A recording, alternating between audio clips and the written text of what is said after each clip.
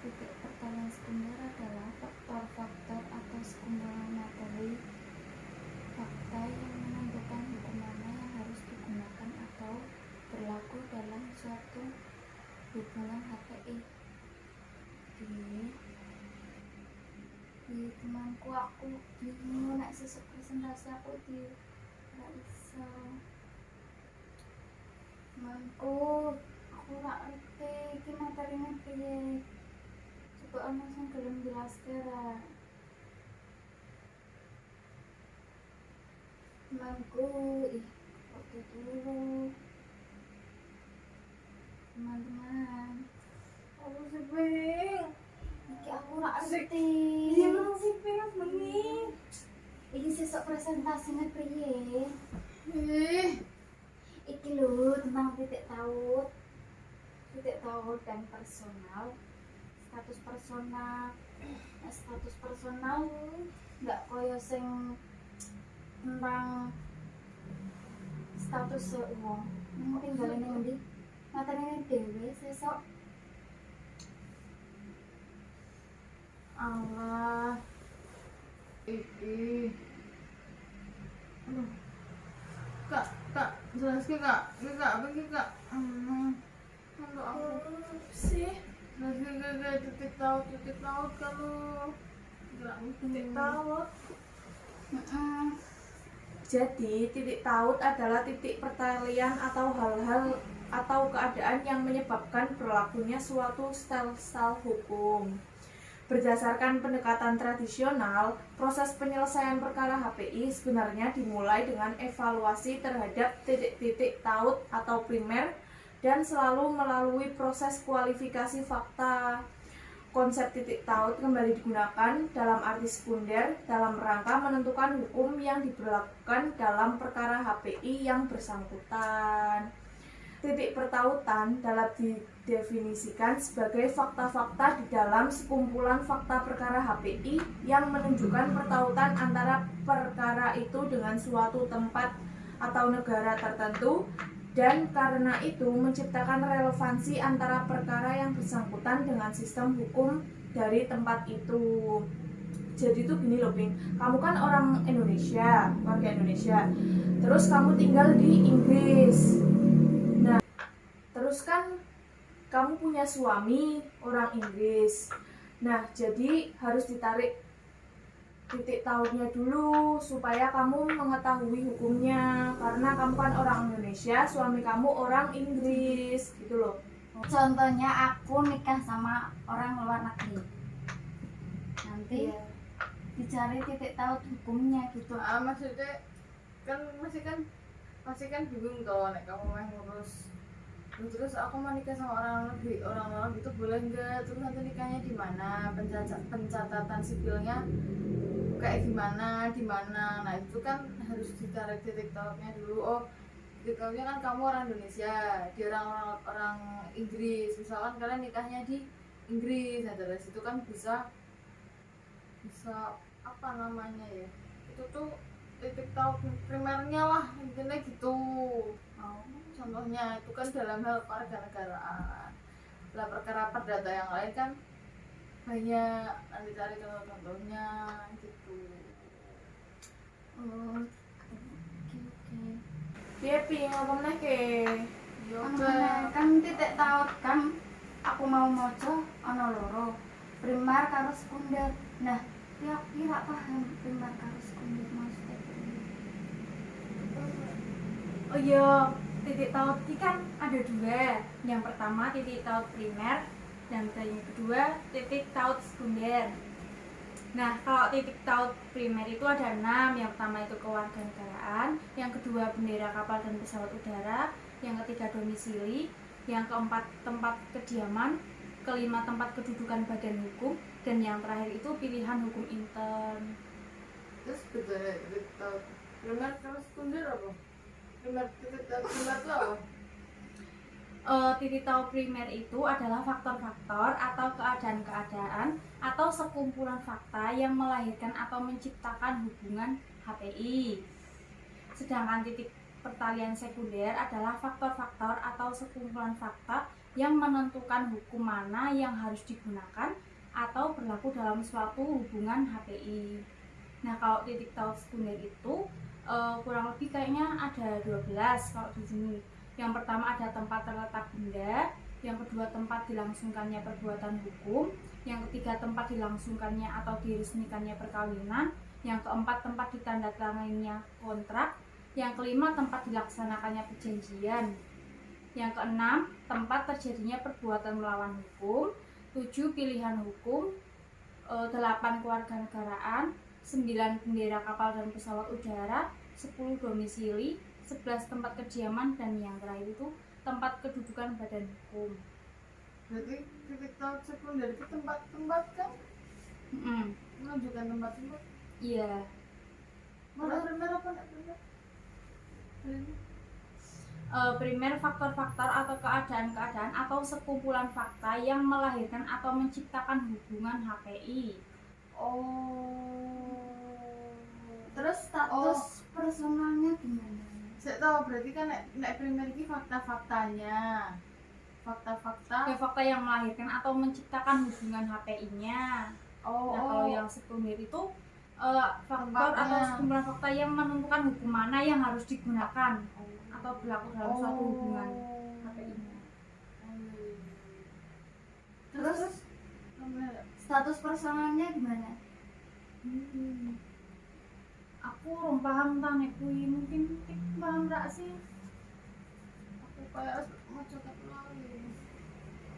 Rum Status personal adalah kondisi atau keadaan suatu pribadi dalam hukum yang diberikan atau diakui oleh negara untuk mengamankan dan melindungi lembaga-lembaganya. Oh, status personal meliputi hak dan kewajiban, kemampuan dan ketidakmampuan bersikap tindak di bidang hukum yang unsur-unsurnya tidak dapat berubah atas kemauan pemiliknya. Walaupun terdapat perbedaan mengenai status personal ini, pada dasarnya status personal adalah kedudukan hukum seseorang yang umumnya ditentukan oleh hukum dari negara di mana ia dianggap terikat secara permanen. Oh, persoalan hukum manakah yang harus dipergunakan untuk menentukan status personal seseorang merupakan salah satu persoalan fundamental dalam ajaran-ajaran hukum perdata internasional. Oh, ini kayak enak lo ya, kayak kasusnya Renard Sinagali sih, betul kan? Iya, sing tentang neng TikTok. Mahasiswa Indonesia, dia ini tinggal lagi sih Australia. Oh iya. Pas dia melakukan tindak apa pencabulan, tapi cowok. Lah itu kan soalnya kan dia warga negara Indonesia tinggalnya di Australia, Pak, nek ra salah. Apa? Tuh kan ngikuti kasus Amerika. orang Inggris Gue lali kok yang lalan, mungkin semua cowok sih. Ini Inggris. berita juga rame nih TV. cuman kan aku ora ngikuti kasusnya ya, aku lalu terus nah ini status personalnya gimana, maksudnya hukuman yang diberikan ke dia itu mengikuti hukum Indonesia atau hukum di tempat dia tinggal itu, maksudnya status personal itu. secara garis besar ada dua asas atau aliran dalam menentukan status personal, yaitu satu, asas nasionalitas atau kewarganegaraan. Berdasarkan asas ini, status personal seseorang ditetapkan berdasarkan hukum kewarganegaraan orang itu. Ada dua asas utama yang dapat digunakan untuk menentukan kewarganegaraan seseorang, yaitu berarti untuk menentukan kewarganegaraanmu misalnya ada dua asas. Yang pertama, asas tempat kelahiran. Kewarganegaraan seseorang ditentukan oleh tempat kelahirannya. Berarti kan lahir di Indonesia, otomatis kamu warga negara Indonesia gitu. Yang kedua, asas keturunan.